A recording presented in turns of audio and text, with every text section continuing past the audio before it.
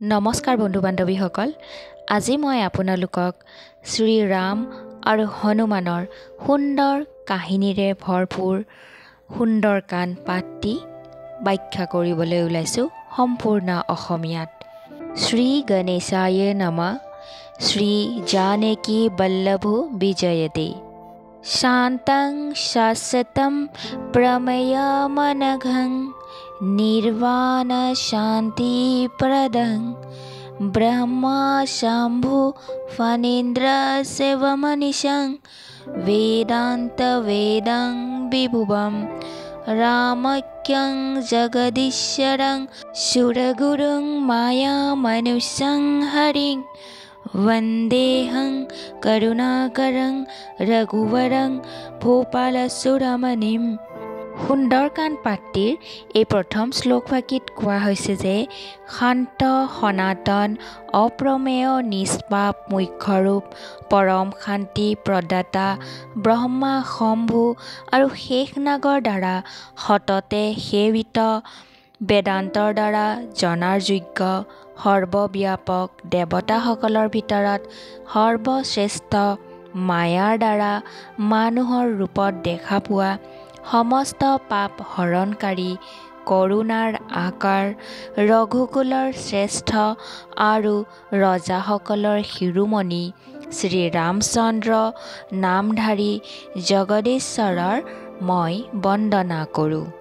নন্যা স্পৃহা ৰঘুপতে হৃদয়ে স্মদীয়ে সত্যং वदामि स भवानीखिलन्तरात्मा भक्तिं प्रयस्स रघुपुङ्गव निर्भरं मे कामादिदोषरहितं कुरु मनसं स। এই শ্লোকভাগিত কোৱা হৈছে, হে ৰঘুনাথ, মই সত্য কথা কৈছোঁ আৰু আপুনি সকলোৰে অন্তৰাত্মা যে মোৰ হৃদয়ত অন্য একো স্পৃহা নাই। হে ৰঘুকুল শ্ৰেষ্ঠ, মোক আপোনাৰ নিৰ্ভৰা ভক্তি প্ৰদান কৰক আৰু মোৰ মনক কাম আদি দুখৰ পৰা মুক্ত কৰক। অতুলিত বলধামং হেম শৈলাভদেহং ধনুজৱন কৃশানুং জ্ঞানীনামগ্ৰগণ্যম সকলগুণনিধানং वानराणामधीशं रघुपति प्रियभक्तं वातजातं नमामि। এই শ্লোকভাগিত কোৱা হৈছে, অতুল শক্তিৰ আধাৰ সোণৰ পৰ্বতৰ দৰে কান্তিমান শৰীৰধাৰী দ্বৈতৰূপ বনৰ কাৰণে অগ্নিস্বৰূপ জ্ঞানীসকলৰ ভিতৰত অগ্ৰগণ্য সকলো গুণৰ আধাৰ বানৰৰ অধীশ্বৰ শ্ৰী ৰঘুনাথৰ প্ৰিয় ভক্ত বায়ুপুত্ৰ শ্ৰী হনুমানক মই নমস্কাৰ কৰোঁ। जाम्बवंत के वसन सुहाए सुनी हनुमंत हृदय अति भाए तब लगी मोही पड़ी खेहु तुम्ह भाई सही दुख कंद मूल फल खाई। ইয়াতে কোৱা হৈছে, জাম্বৱানৰ সুন্দৰ কথা শুনি হনুমানে মনতে বৰ আনন্দ পালে। তেওঁ ক'লে, হে ভাই, তেতিয়ালৈকে তোমালোকে দুখ কষ্ট স্বীকাৰ কৰি কন্দ ফল মূল খাই মোলৈ বাট চাবা। जब लागी आओ सीतहि देखी हुयहि काजो मोहि हरस विशेषी यह कही नाय सब नाही कहु माथा सलेयु हरेसी हिय धरी रघुनाथा। যেতিয়ালৈকে সীতাক দেখা কৰি নাহোঁ কাম অৱশ্যে হ'ব, কাৰণ মোৰ বৰ আনন্দ লাগিছে। এই বুলি কৈ সকলোৰে আগত নতমস্তক হৈ তথা হৃদয়ত শ্ৰী ৰঘুনাথক ধাৰণ কৰি আনন্দিত হৈ হনুমান গুচি গৈছিল। সিন্ধু তীৰ এক ভূধৰ সুন্দৰ कौतुक कुडी सरयू ता ऊपर बार बार रघुबीर सभारी तरकेउ पवन तनय बल भारी। ইয়াতে কোৱা হৈছে সাগৰৰ পাৰত এটা মনোৰম পৰ্বত আছিল। হনুমানে জাপ মাৰি অনায়াসে সেই পৰ্বতৰ ওপৰত উঠিলে আৰু মহাবলী হনুমানে বাৰে বাৰে শ্ৰী ৰঘুবীৰৰ স্মৰণ কৰি তাৰ পৰা অতি তীব্ৰ গতিৰে জঁপিয়াই যাত্ৰা আৰম্ভ কৰিলে। जेहि गिरि शरण देई हनुमंता सलेयु सोगा पाताल तुरंता। जिमि अमोघ रघुपति कर बाना एहि भाति सलेयु हनुमाना। ইয়াতে কোৱা হৈছে যিটো পৰ্বতৰ ওপৰত হনুমানে ভৰি দি যাত্ৰা আৰম্ভ কৰিছিল সেই পৰ্বতটো তৎক্ষণাত পাতাললৈকে বহি গৈছিল। শ্ৰীৰামচন্দ্ৰৰ আমোঘ বাণ যোৱাৰ দৰে হনুমানো যাবলৈ ধৰিলে। জলনিধি ৰঘুপতি দূত বিচাৰি তৈ মৈনাক হৈ শ্ৰমহাৰী। ইয়াতে কোৱা হৈছে সাগৰে তেওঁক শ্ৰী ৰঘুনাথৰ দূত বুলি জানি মৈনাক পৰ্বতক ক'লে, হে মৈনাক, তুমি এওঁৰ ভাগৰ দূৰ কৰা, অৰ্থাৎ নিজৰ ওপৰত বিশ্ৰাম কৰিবলৈ দিয়া। এতিয়া গাবলৈ ওলাইছোঁ দোহা। হনুমান তেহি পৰসা কৰ পুনি কিন্হ প্ৰণাম। ৰাম কাজো কিন্হে বিনু মোহি কাহ বিশ্ৰাম। ইয়াতে কৈছে হনুমানে তেওঁক হাতেৰে স্পৰ্শ কৰিলে আৰু প্ৰণাম জনাই ক'লে, হে ভাই, শ্ৰীৰামচন্দ্ৰৰ কাম নোহোৱালৈকে মোৰ বিশ্ৰাম ক'ত। जाता पवनसुत देवनः देखा जानय कहु बल बुद्धि विशेषा।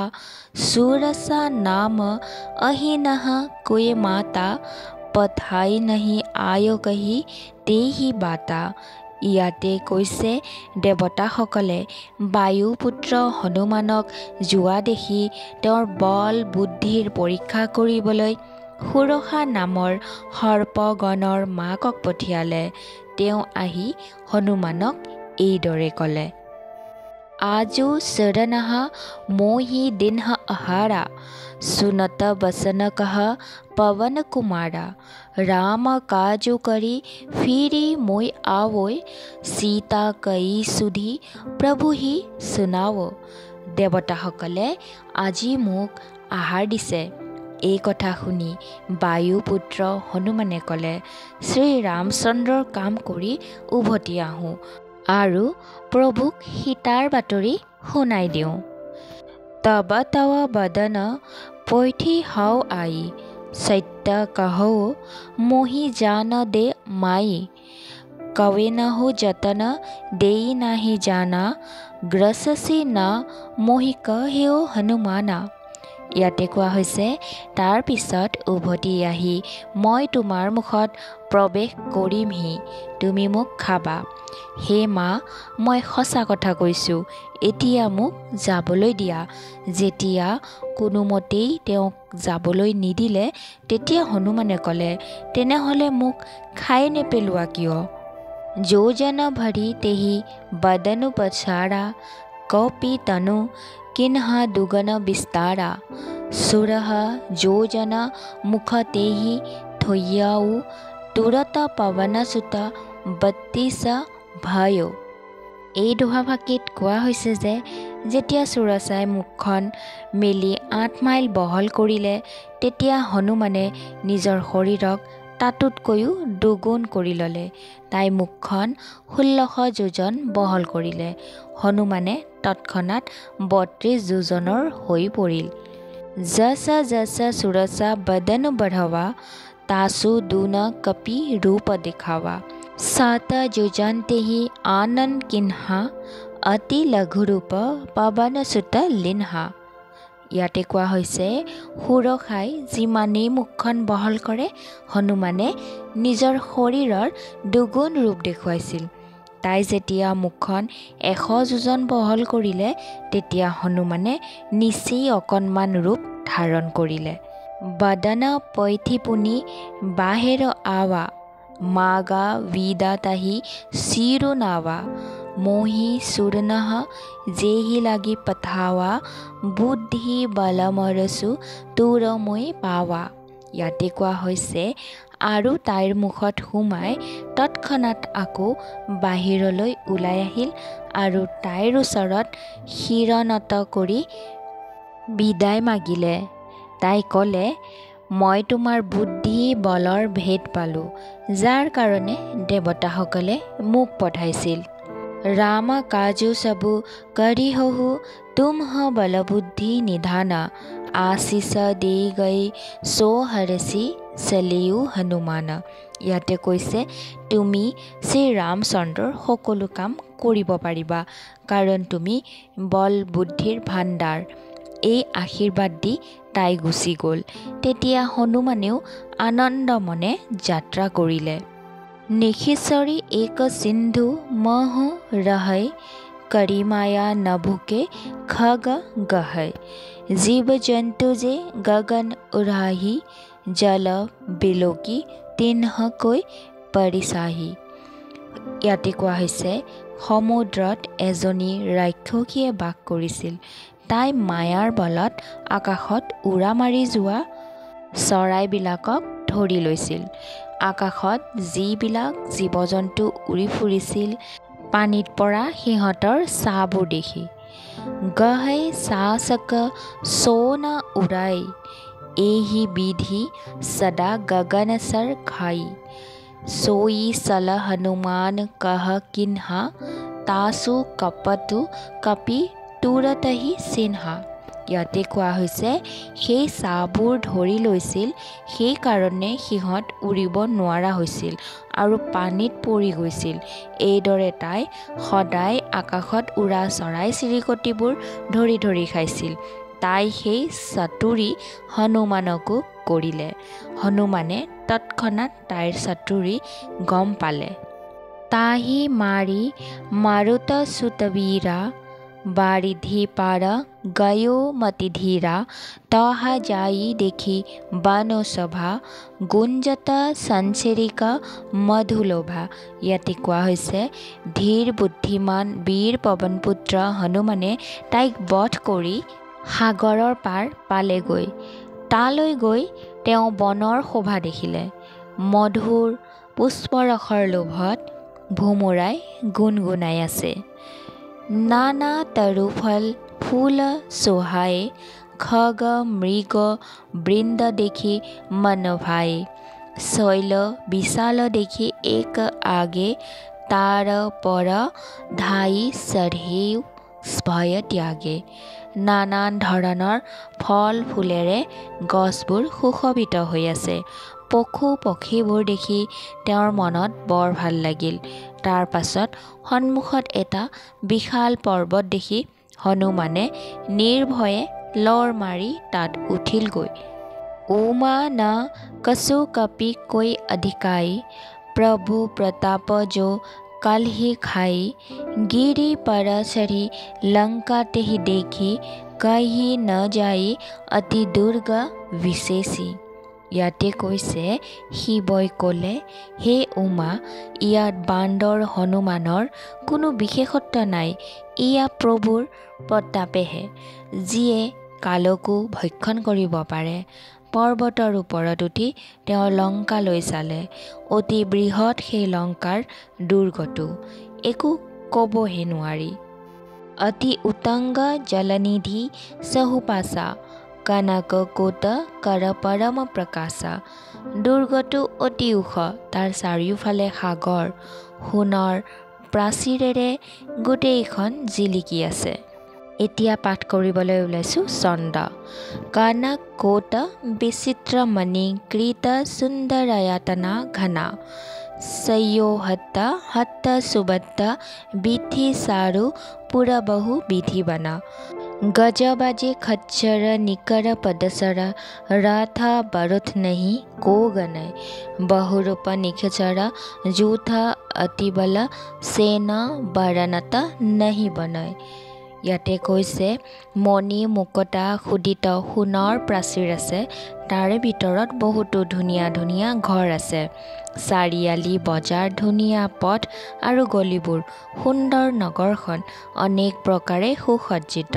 হাতী, ঘোঁৰা, খচ্চৰৰ দল আৰু পদাতি তথা ৰথসমূহৰ গণনা কোনে কৰিব পাৰে? অনেক ধৰণৰ ৰাক্ষসৰ দল আৰু তাত অতি শক্তিশালী সেনাৰ বৰ্ণনাও কৰিব নোৱাৰি। বন বাগ উপবন বাটিকা সৰ কূপ বাপি সোহহি নর নাগ সুর গন্ধর্ব কন্যা রূপ মুনি मन मोहहि कहु माल देह विशाल शैल समान अतिबल गर्जहि नाना अखारेन्ह भीरोहि बहुविधि एक एकन्ह তৰ্জহি।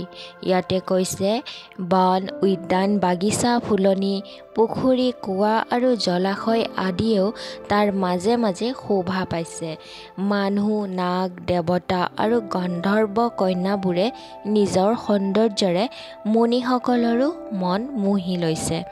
কোনো কোনো ঠাইত পৰ্বতাকাৰ বিশাল শৰীৰধাৰী অতি বলি মল্লবীৰবিলাকে তৰ্জন গৰ্জন কৰিছে। সিহঁতে নানান ধৰণে প্ৰতিযোগিতা কৰি এজনে আনজনক প্ৰত্যাহ্বান জনাই শৰীৰ চৰ্চা কৰি আছে।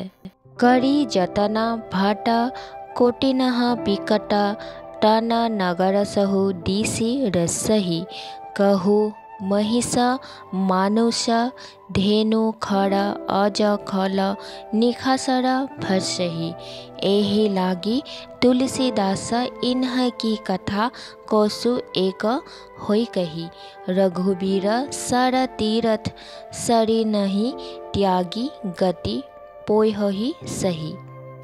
ইয়াতে কোৱা হৈছে ভয়ংকৰ আকৃতিৰ কোটি কোটি যোদ্ধাই বহু যত্নেৰে নগৰৰ চৌপাশ ৰক্ষা কৰি আছে। কোনো কোনো ঠাইত দুষ্ট ৰাক্ষসবোৰে মহ, মানুহ, গৰু, গাধ আৰু ছাগলী খাইছে। তুলসীদাসে এই কথাবোৰ সংক্ষিপ্তভাৱে এই কাৰণে বৰ্ণনা কৰিছে যে শ্ৰীৰামচন্দ্ৰৰ বানৰূপী তীৰ্থত দেহত্যাগ কৰি এওঁলোকেও নিশ্চয় পৰম গতি পাব। এতিয়া পাঠ কৰিব লৈছোঁ দোহা। পুৰ रखवारे देखी बहु कपि मन किन्ह विचार अति लघु रूप धरो निशि नगर करो পৈচাৰ। নগৰ ৰখীয়াৰ সংখ্যা বহু যেন দেখি হনুমানে মনতে বিচাৰ কৰিলে যে অতিশয় সৰু ৰূপ ধৰি ৰাতি নগৰত প্ৰৱেশ কৰিম। मासक समान रूप कपिधरी लंकही सलेउ सुमिरी नरहरि नाम लंकिनी एक निखसरी सो कह सलेसी मोहि निंदरी। হনুমানে মহ এটাৰ সমান নিচেই সৰু ৰূপ ধৰি নৰ ৰূপত লীলা কৰা ভগৱান শ্ৰীৰামচন্দ্ৰক স্মৰণ কৰি লংকাত সোমাল। লংকাৰ প্ৰৱেশ দুৱাৰত লংকিনী নামৰ এজনী ৰাক্ষসী আছিল। তাই মাত লগালে, মোক অনাদৰ কৰি নুসুধাকৈ কলৈ যাব ওলাইছ? জানেহি নহি মৰমো সথা মোৰা মোৰ অহাৰ জহা লগি চোৰা মুঠিকা এক মহা কপিহনি ৰুধিৰ বমত ধৰণী ধনমণি। হেৰ মূৰ্খ, তই মোক চিনি পোৱা নাই? যিমানবোৰ চোৰ আছে সেই সকলোবোৰ মোৰ আহাৰ। এনেতে মহাকপি হনুমানে তাইক এটা ঘোচা মাৰিলে, যাৰ দ্বাৰা তেজৰ বমি কৰি তাই মাটিত ঢলি পৰিল। পুনি সম্ভাৰি উঠিছ লংকা जोड़ी पानी कर विनय सशंका जब रब नहीं ब्रह्म बर दिनहा सलत विरंसी कहा मोहि सिन्हा। তাৰ পিছত নিজকে অলপ চম্ভালি লংকিনী উঠিল আৰু ভয়তে হাতযোৰ কৰি বিনতি কৰিবলৈ ধৰিলে।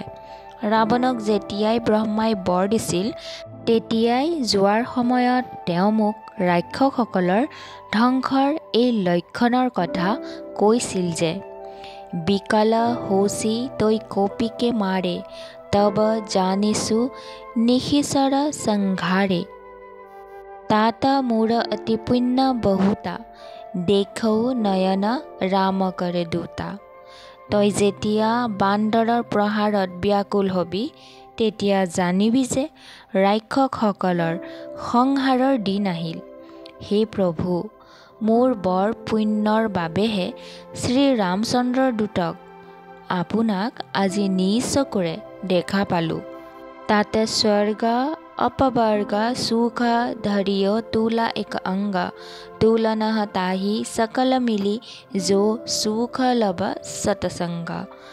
হে প্ৰভু, যদি তৰ্জুখনৰ এখন পাল্লাত স্বৰ্গ আৰু মোক্ষৰ সকলো সুখ দিয়া হয়, তথাপিও সেই সকলো মিলিও আনখন পাল্লাত থকা খন্তেকৰ সৎসংগৰ সমান হ'ব নোৱাৰে।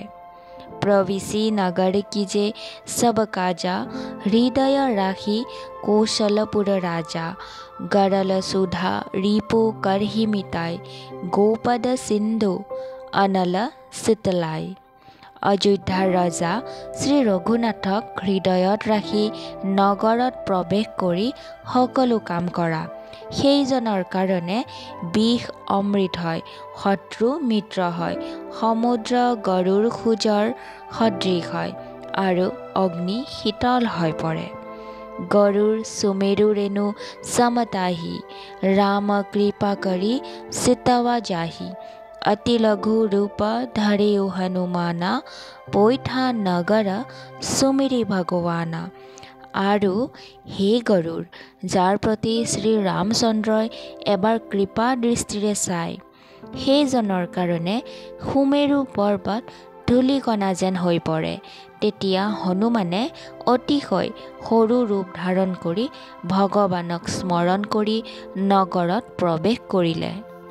মন্দিৰ মন্দিৰ প্ৰতি কৰি শোধা দেখে জহতঃ অগণিত যোধা গয়ো দশানন মন্দিৰ মাহি অতি বিচিত্ৰ কহি জাতচ নাহি। তেওঁ এটা এটাকৈ প্ৰত্যেকটো ৰাজমহল বিচাৰিলে, য'তে ত'তে অসংখ্য যোদ্ধা দেখা পালে।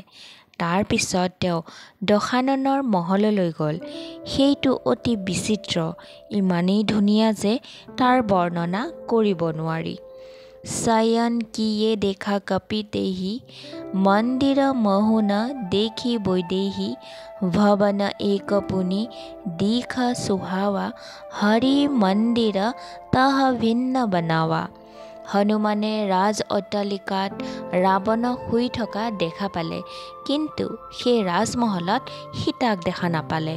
তাৰ পিছত এটা সুন্দৰ মহল দেখা পালে, তাত সুকীয়াকৈ ভগৱানৰ এটা মন্দিৰ সজা আছে। रामायुध अंकित गृह शोभा बरनी न जाई नव तुलसी का बृंद तह देखी हरस कपिराई। সেই মহলত শ্ৰীৰামচন্দ্ৰৰ অস্ত্ৰ শস্ত্ৰৰ ধনুষৰৰ ছবি অঁকা আছিল। সেই মহলৰ শোভা বৰ্ণনা কৰিব নোৱাৰি। তাত নতুন নতুন তুলসী গছবোৰ দেখি কপিৰাজ হনুমান আনন্দিত হ'ল। লংকা নিশিচৰ নিকৰ নিবাসা ইহা কাহা সজ্জন কৰ বাসা মান মহু তাৰক কৰে কপিলাগা তেহি সময় বিভি হনু জাগা। লংকা হ'ল ৰাক্ষসসকলৰ বাসস্থান। ইয়াত সজ্জনৰ বাস কেনেকৈ হ'ব পাৰে? এইদৰে হনুমানে মনতে তৰ্ক বিতৰ্ক কৰিবলৈ ধৰিলে। এনেতে বিভীষণে সাৰ পালে। ৰাম ৰাম তেহি সুমিৰন কিনহা হৃদয় হৰস কপি সজ্জন সিনহা এহি সনহথি কৰিও পহিচানি সাধু তে হুই ন কাৰজ হানি। তেওঁ ৰাম নাম স্মৰণ কৰিলে। তেওঁক সজ্জন বুলি জানি হনুমানে মনত আনন্দ পালে। হনুমানে ভাবিলে যে এওঁৰ লগত উপযাচি নিজেই চিনাকি কৰিম, কাৰণ সাধু লোকৰ দ্বাৰা কাৰ্যৰ কোনো ক্ষতি নহয়, বৰঞ্চ লাভহে হয়। विप्र रूपधरी बसन सुनाए। सुनत विभीषण उठी तह आए, करी प्रणाम पुसी कुशलाए। विप्र कहुई निज कथा बुझाए। हनुमाने ब्राह्मणर रूप धरि তেওঁক মাত দিলে। বিভীষণে শুনা মাত্ৰকে উঠি আহিল। প্ৰণাম কৰি তেওঁৰ কুশল বাৰ্তা সুধিলে। হে ব্ৰাহ্মণ দেৱতা, আপোনাৰ কথা বুজাই কওকচোন। कि तुम्हा हरि दासनः मह कोई, मोरे हृदय प्रति अति हुय। कि तुम्हा रामो दीन अनुरागी, आयुह मोहि कारण बरभागी। আপুনি হৰিভক্তসকলৰ ভিতৰৰ কোনোবা এজন নেকি? কাৰণ আপোনাক দেখি মোৰ অন্তৰত অনুৰাগ উঠলি উঠিছে।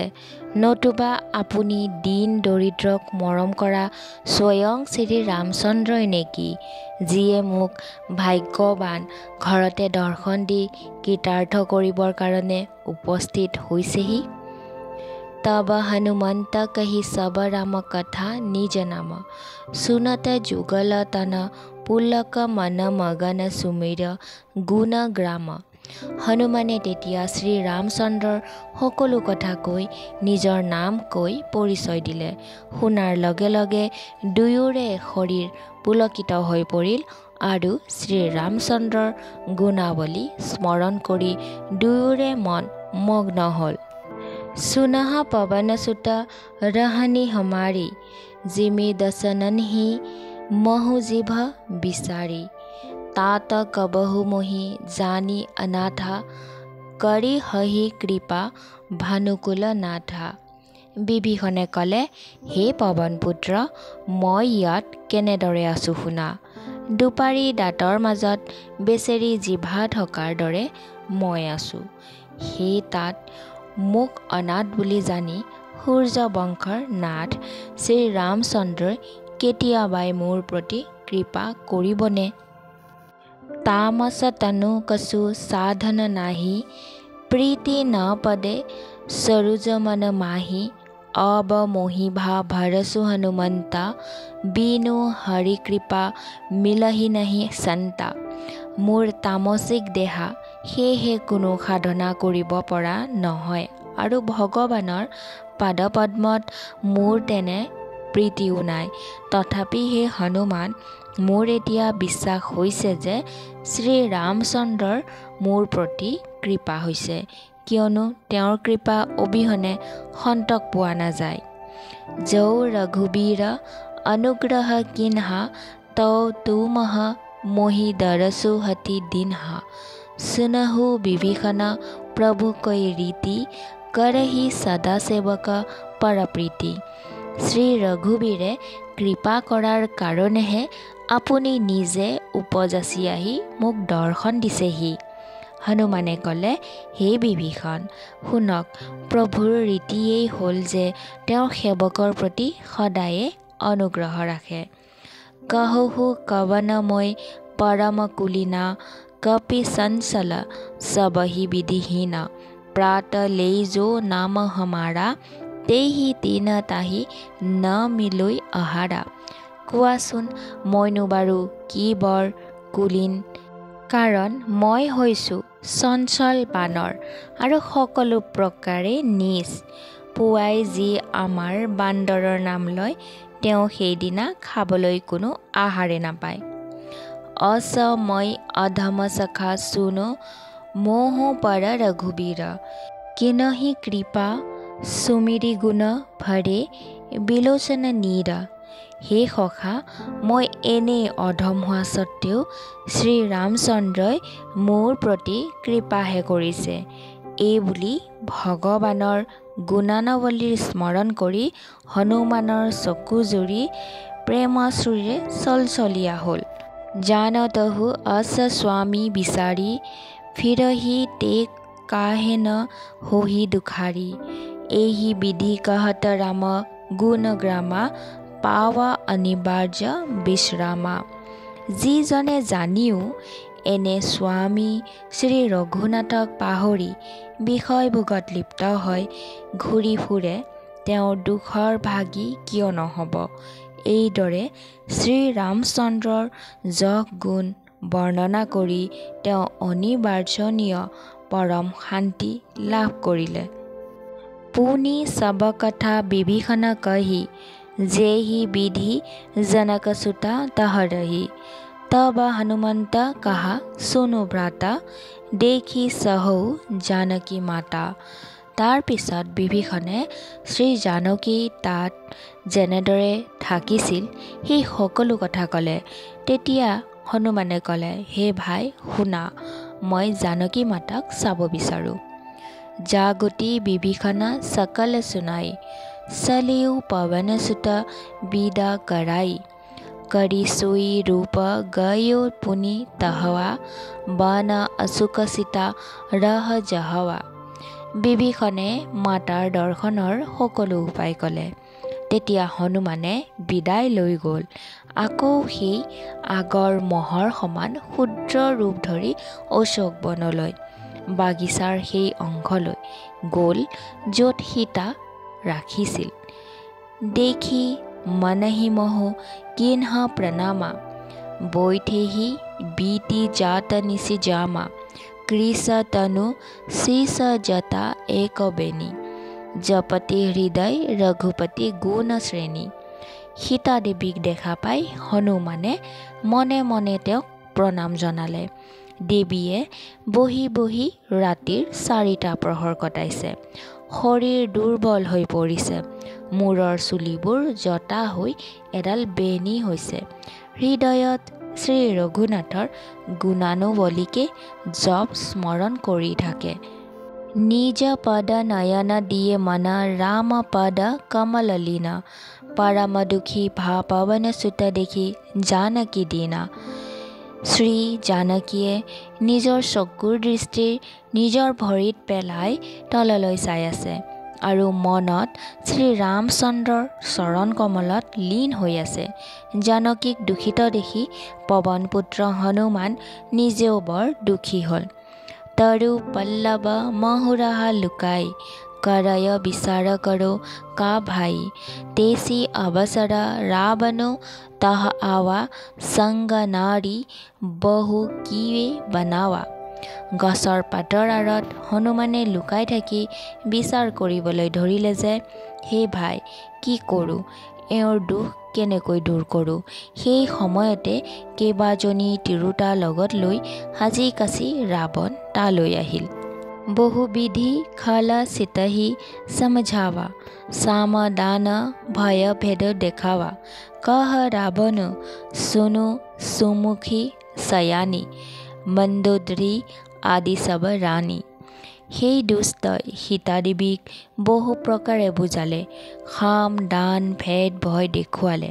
ৰাৱণে ক'লে, হে সুন্দৰী, হে চতুৰা, শুনা, মন্দোদৰী আদি সকলো ৰাণীকে। तब अनुसरी करो पन मोरा, एक बार बिलकु मम उरा। तृण धरी ऊट कहती বৈদেহী, सुमिरी अवधपति परम सनेही। মই তোমাৰ দাসী কৰিম, এইটো মোৰ প্ৰতিজ্ঞা। তুমি এবাৰ মোৰ ফালে চোৱাচোন। তেতিয়া নিজৰ পৰম চেনেহৰ অযোধ্যাপতি শ্ৰীৰামচন্দ্ৰক স্মৰণ কৰি তৃণৰ আঁৰ লৈ সীতাই ক'বলৈ ধৰিলে, सुनु दशमुख खद्योत प्रकाशा, कबहु की नलिनी करई विकासा। असमनो समझो कहती जानकी, खल सुधी नहीं रघुबीर बान की। হে দশানন, শুন, জোনাকী পৰুৱাৰ পোহৰত পদুম কেতিয়াবা ফুলিব পাৰেনে? জানকীয়ে আকৌ ক'লে, তই নিজৰ কাৰণেও তেনেদৰেই ভাব। হে দুষ্ট, তই শ্ৰী ৰঘুবীৰৰ প্ৰতিজ্ঞাৰ কথা নাজান নেকি? সাথ সুনেহৰি আনেহি মোহি, অধম নিৰ্লজ্জ লাজ নহি তোহি। হেৰ পাপী, তই মোক অকলে পাই হৰি আনিছ। হেৰ অধম নিৰ্লজ, তোৰ লাজ নাই। আপুহি सुनी खद्योत सम, रामहि भानु समान।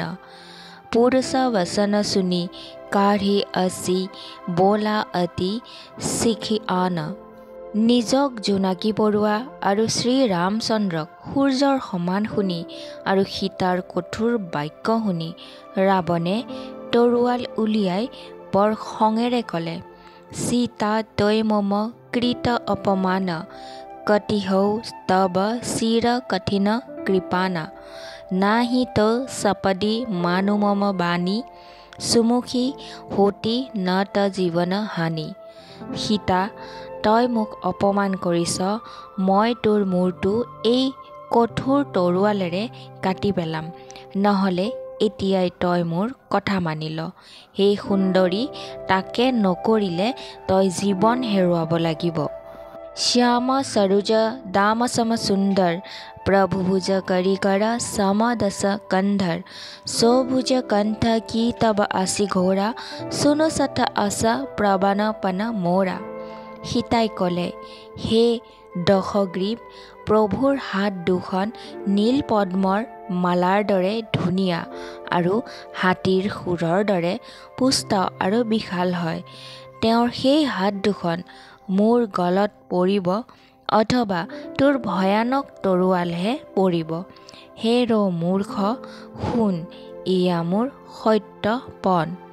চন্দ্ৰ হাসা হৰু মম পৰিতাপং ৰঘুপতি বিৰহ অনল সঞ্জাতং শীতল নিশিত বহসি বৰ ধাৰা কহ সীতা হৰু মম দুখ ভাৰা। সীতাই ক'লে, হে চন্দ্ৰহাস, ৰাৱণৰ তৰোৱাল, শ্ৰী ৰঘুনাথৰ বিৰহৰ অগ্নিৰে উৎপন্ন মোৰ জ্বলন তুমি হৰণ কৰা। হে তৰোৱাল, তুমি শীতল, তীক্ষ্ণ আৰু শ্ৰেষ্ঠ ধাৰা প্ৰবাহিত কৰা, অৰ্থাৎ তোমাৰ ধাৰ শীতল আৰু তীক্ষ্ণ। তুমি মোৰ দুখৰ বোজা হৰণ কৰা।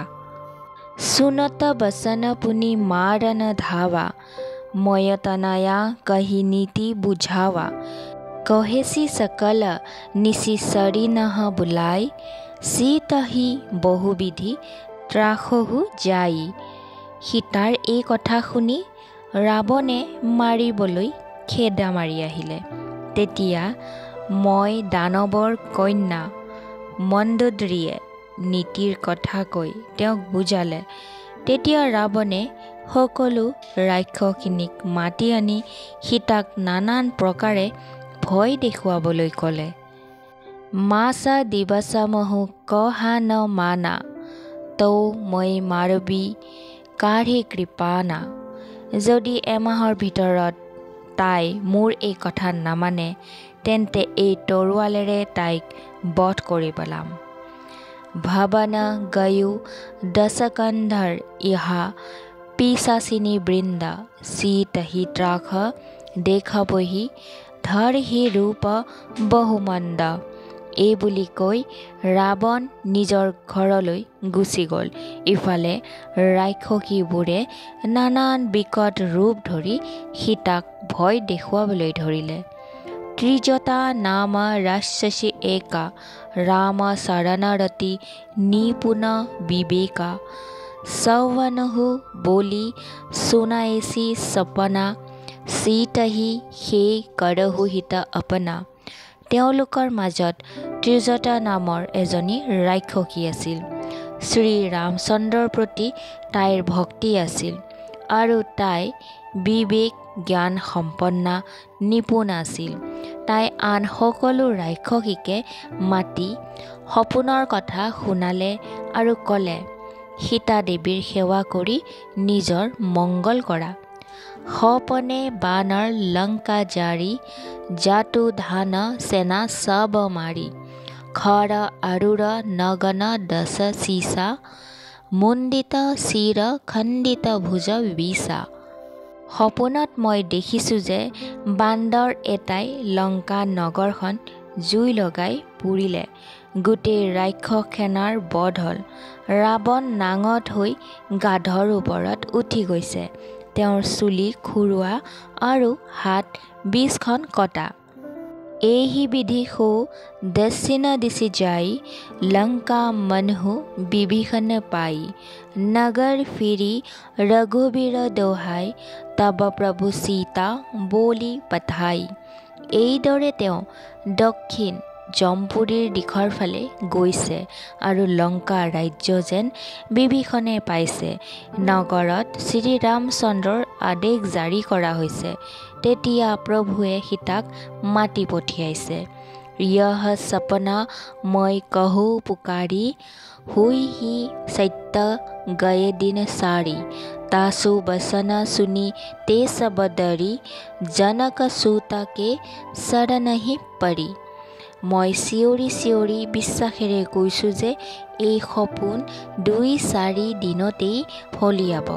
তাইৰ কথা শুনি সেই সকলো ৰাক্ষসীয়ে ভয় খাই জানকীৰ ভৰিত ধৰিলেগৈ। जह तह गई सकल तब सीता, कर मन सोस। मास दिवस बीते मोही मारिही, নিশিচৰ পৌষ। তাৰ পিছত সেই ৰাক্ষসীবোৰ ইফালে সিফালে গুচি গ'ল। তেতিয়া সীতাই মনতেই ভাবিবলৈ ধৰিলে যে এমাহৰ সময় উকলি যোৱাৰ পিছতে নিজ ৰাক্ষস ৰাৱণে মোক মাৰিব। ত্ৰিজটা সনবলি कर जोरी, मातु विपति संगिनी तुई मोरी। तजौ देह करो बेगी उपाय, दुसह बिरहु अब नहीं सही जाई। हाथ जोर কৰি সীতাই ত্ৰিজদাক ক'লে, হে আই, তুমি মোৰ বিপদৰ লগৰী। সোনকালে এনে এটা উপায় দিয়া যাৰ দ্বাৰা মই শৰীৰ ত্যাগ কৰিব পাৰোঁ। মোৰ বিৰহ অসহ্য হৈ পৰিছে, এতিয়া আৰু সহিব নোৱাৰা হৈছোঁ। आनी काथरसु सीता बनाई, माटु अनल पुनि देही लगाई। सत्य करहि मम प्रीति सयानी, सुनै को श्रवण शूल मम बानी। কাঠ আনি এখন চিতা তৈয়াৰ কৰা হে আই, তাতে তুমি জুই লগাই দিয়া। হে বুদ্ধিমতী, তুমি মোৰ অনুৰাগক সত্য ৰূপ দিয়া। ৰাৱণৰ শুলে বিন্ধাৰ দৰে দুখদায়ী কথা আৰু কোনে শুনে। सुनत बसन पद गही समझा ऐसी, प्रभु प्रताप बल सूजसु सुनाइसी। निसी ना अनल मिल सुनु सुकुमारी, आस कहिसो निज भवन सिधारी। সীতাৰ কথা শুনি ত্ৰিজটাই তেওঁৰ ভৰিত ধৰি বুজালে আৰু প্ৰভুৰ প্ৰতাপ, বল আৰু সুযশৰ কথা শুনালে। তাই ক'লে, হে সুকুমাৰী শুনা, এই ৰাতিৰ সময়ত জুই নেপাম। এই বুলি কৈ তাই নিজৰ ঘৰলৈ গুচি গ'ল। কহ সীতা বিধি ভা প্ৰতিকূলা, মিলিহি ন পাৱক মিটিহি ন চুলা। দেখিয়ত প্ৰগট গগন অংগাৰা, অবনি না আৱত একৌ তাৰা। সীতাই মনতে ভাবিলে, কি কৰা যায়। বিধাতা, মোৰ প্ৰতিকূল হ'ল জুই পাবলৈও নাই, আৰু হৃদয়ৰ পীড়াও দূৰ নহয়। আকাশত জিলিকি থকা তৰাবোৰ জ্বলা অঙঠা যেন দেখা গৈছে, কিন্তু তাৰে এটাও পৃথিৱীলৈ অহা নাই। পাৱ কময় শশী শ্ৰব্ৰত ন আগি, মানহু মোহি জানি হতভাগী। सुनहि विनय मम बीतप अशोका, सत्य नाम करु हरु मम शोका।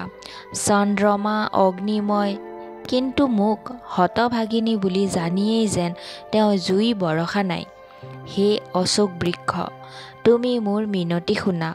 মোৰ শোক হৰণ কৰি তোমাৰ অশোক নামৰ সাৰ্থকতা ৰক্ষা কৰা। নূতন किसलय अनल समाना, देहि अग्निजनी करहि निदाना। देखी परम बिरहा कुलसिता, शोषण कृपहि कलप समबीता। তোমাৰ নতুন নতুন কোমল পাতবোৰ অগ্নিৰ শিখাৰ দৰে। তুমি জুই দিয়া, মোৰ বিৰহ ৰোগৰ অন্ত নকৰিবা। অৰ্থাৎ বিৰহ ৰোগ আৰু বঢ়াই শেষ সীমালৈ নিনিবা। সীতাক এনে অত্যন্ত ব্যাকুল অৱস্থাত দেখি সেই খন্তেক সময় হনুমানৰ কাৰণে এক যুগৰ দৰে অতিবাহিত হ'ল। চৌৰথা কপিকৰি হৃদয় বিচাৰ দিনহি মুদ্ৰিকা দাৰি তব যৌনো অচুকা অংগাৰ দিনহ হৰচি উঠি কৰ গহেও। তেতিয়া হনুমানে মনে মনে বিচাৰ কৰি সীতাৰ সন্মুখত আঙুঠিটো পেলাই দিলে, যেন সেই অচুক গছজোপাই অঙঠাহে দিলে। এই বুলি ভাবিয়েই সীতায়ো আনন্দ মনেৰে উঠি আঙুঠিটো হাতত তুলি ল'লে। তব দেখি মুদ্ৰিকা মনোহৰ ৰাম নাম অংকিতা অতি সুন্দৰ চকিত চিতব মুদৰি পহিচানি হৰষ বিষাদ হৃদয় অকুলানি। তেতিয়া তেওঁ সীতাই ৰাম নাম অংকিত অত্যন্ত সুন্দৰ আৰু মনোহৰ আঙুঠিটো দেখিলে। আঙুঠিটো চিনি পাই আচৰিত হৈ চাবলৈ ধৰিলে আৰু হৰ্ষ আৰু বিষাদ উভয়েৰে তেওঁ হৃদয়খন ব্যাকুল হৈ পৰিল। जीती को सकई अजय रघुराय माया ते असी रसी नहीं जाय सीता मन विचार कर नाना मधुर बसन बुलेओ हनुमाना। তেওঁ ভাবিবলৈ ধৰিলে শ্ৰী ৰঘুনাথ সৰ্বথা অজেয়, তেওঁক কোনে পৰাজয় কৰিব পাৰে আৰু মায়াৰ দ্বাৰা এনে মায়াৰ উপাদানেৰে সৰ্বতো প্ৰকাৰে ৰহিত দ্ৰব্য চিন্ময় আঙুঠি তৈয়াৰ কৰিব নোৱাৰে। এইদৰে সীতাই নানান কথা ভাবিবলৈ ধৰিলে।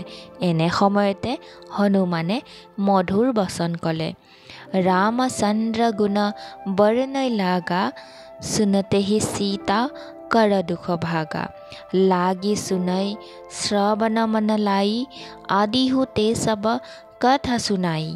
তেওঁ শ্ৰী ৰামচন্দ্ৰৰ গুণানুকীৰ্তন গাবলৈ ধৰিলে, যাক শুনিয়েই সীতাৰ সকলো দুখ নোহোৱা হ'ল। তেওঁৰ কাণ আৰু মন দি সেয়া শুনিবলৈ ধৰিলে। হনুমানে আৰম্ভণিৰে পৰা সকলো কাহিনী গাই শুনালে। শ্ৰৱণামৃত যেহি কথা সুহাই কহি সৌ প্ৰগট হোতি কিন ভাই তব হনুমন্ত নিকট চলি গয়ো ফিৰি বৈঠি মন বিষময় ভয়ো। সীতাই ক'লে, যিজনে মোৰ কাণৰ বাবে অমৃত ৰূপ এই সুন্দৰ কথা শুনাইছে, তেওঁনো হে ভাই দেখা নিদিয়া কিয়? তেতিয়া হনুমানে তেওঁৰ ওচৰ চাপি আহিল। তেওঁক দেখি সীতাই আকৌ মুখখন ঘূৰাই বহিল। তেওঁৰ মনত আশ্চৰ্য হ'ল। ৰামদূতময় মাতু জানকী সত্য সপথ কৰুণা নিধান কি यह मुद्रिका मातुमय आनी दिनहि राम तुमह कह सहिदानी। হনুমানেও ক'লে, হে মা জানকী, মই শ্ৰী ৰামচন্দ্ৰৰ দূত। মই কৰুণা নিধানৰ শপত খাই সত্যে সত্যে কৈছোঁ, হে মা, এই আঙুঠিটো ময়ে আনিছোঁ। প্ৰভু শ্ৰী ৰামচন্দ্ৰই আপোনাৰ কাৰণে এইটো স্মৃতি চিহ্ন দি পঠাইছে। নৰ বানৰেহি সংগ কহু কৈছে কহি কথা ভই সংগতি জৈছে। সীতাই সুধিলে, নৰ আৰু বান্দৰৰ সম্পৰ্ক কেনেকৈ হ'ল কোৱা? তেতিয়া হনুমানে যেনেকৈ সম্পৰ্ক হ'ল সেই সকলো কথা বিৱৰি ক'লে। কৌপিকে বচন সুপ্ৰেম শুনি উপজা মন বিশ্বাস জানা মন ক্ৰম বচন यह কৃপা সিন্ধু কৰ দাস। হনুমানৰ প্ৰেমপূৰ্ণ কথা শুনি সীতাৰ মনত বিশ্বাস জন্মিল। তেওঁ জানিব পাৰিলে যে এওঁ মন কৰ্ম আৰু কথাৰে কৃপা সাগৰ শ্ৰী ৰঘুনাথৰেই দাস। হৰিজন জানি প্ৰীতি অতি গাঢ়ি সজল নয়ন পুল কাৱালি বাঢ়ি বুঢ়ত বিৰহ জলদি হনুমানা ভয়হু তাত মো কহু জল জানা। এই দোহাফাকিত কোৱা হৈছে যে ভগৱানৰ ভক্ত সেৱক বুলি জানি সীতাৰ মনত তেওঁৰ প্ৰতি গাঢ় প্ৰীতি উপজিল। তেওঁৰ চকু প্ৰেমাশ্ৰুৰে চলচলীয়া হ'ল আৰু শৰীৰ ৰোমাঞ্চিত হ'ল। সীতায়ো ক'লে, হে বৎস হনুমান, বিৰহ সাগৰত বুৰ যাব খোজা মোৰ কাৰণে তুমি জলযান স্বৰূপ হৈ আহিছা।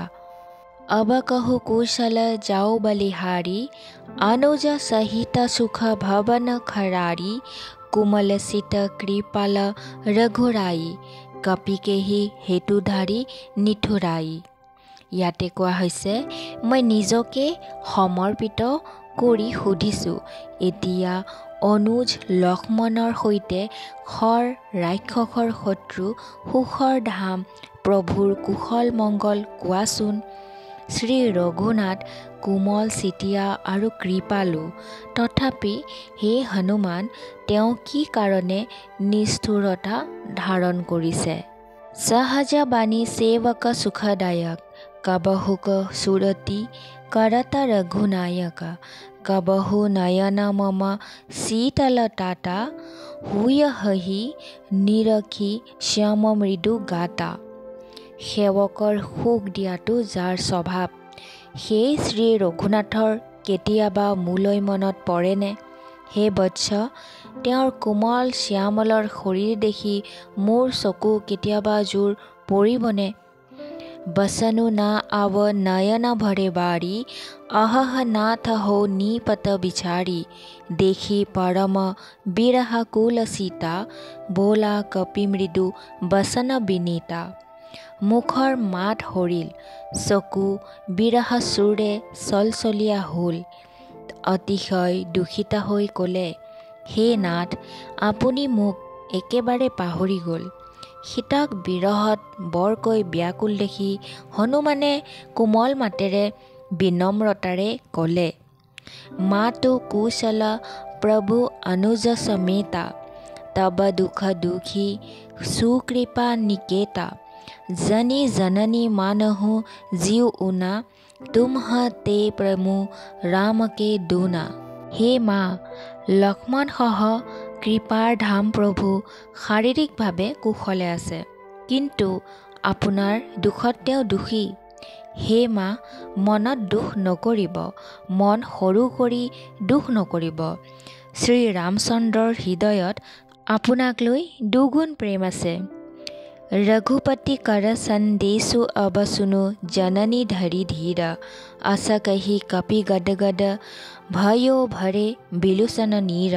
হে আই, এতিয়া ধৈৰ্য ধৰি শ্ৰী ৰঘুনাথৰ বাৰ্তা শুনক। এই বুলি কৈ হনুমান প্ৰেমত গদগদ হৈ পৰিল। তেওঁৰ চকু দুটা চকু পানীৰে প্ৰেমাশ্ৰুৰে চলচলীয়া হ'ল। কহেও ৰাম বিয়োগ তব সীতা, ম কহু সকল ভয়ে বিপৰীতা, নৱতৰু কিশলয় মনহু কৃষাণু, কালনিশা সমনিশি শশী ভানু। হনুমানে ক'লে, শ্ৰী ৰামচন্দ্ৰই কৈছে যে হে সীতা, তোমাৰ বিৰহত মোৰ কাৰণে সকলো পদাৰ্থ প্ৰতিকূল হৈ পৰিছে।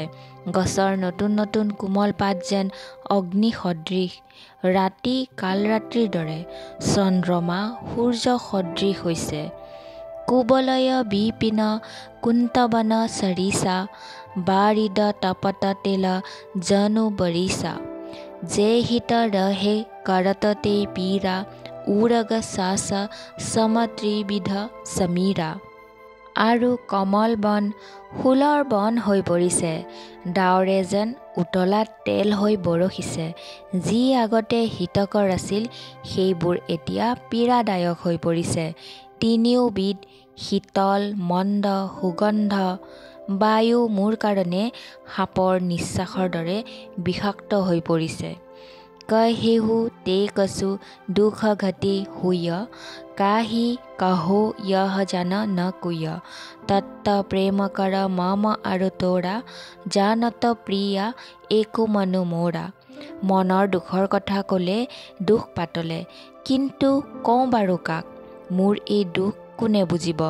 হে প্ৰিয়া, মোৰ আৰু তোমাৰ ভালপোৱা তত্ত্ব ৰহস্য একমাত্ৰ মোৰ মনেহে জানে।